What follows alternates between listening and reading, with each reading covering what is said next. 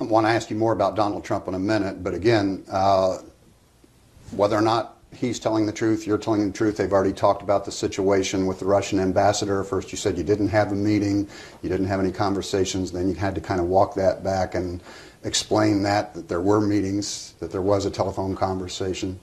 What do you want people to understand about that? Well, the context of that is really important. Jeff Sessions was saying that he was having meetings with the Russian ambassador because of his service on the Armed Services Committee. And the point I was trying to make in 140 characters, so I didn't make it very well, was that I'm not aware, and in fact it came out, that no member of the Armed Services Committee had had a meeting with the Russian ambassador. You don't meet with Russian ambassadors when you're on the Armed Services Committee. That's why, and there's like 25 or 27 members of the Armed Services Committee, and not one had had a meeting with the Russian ambassador. That's the point I was trying to make. Years prior, I had had a phone conversation with the Russian ambassador and all of the ambassadors from the countries that are part of the Iran agreement.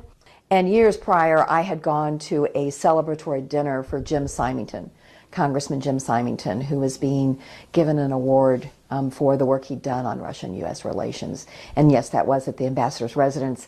I didn't meet the ambassador that night. But this is what politics turns into, is you take things out of context and you twist it into something that isn't. I think the point I was making was valid, but I probably needed more context in those 140 Twitter characters.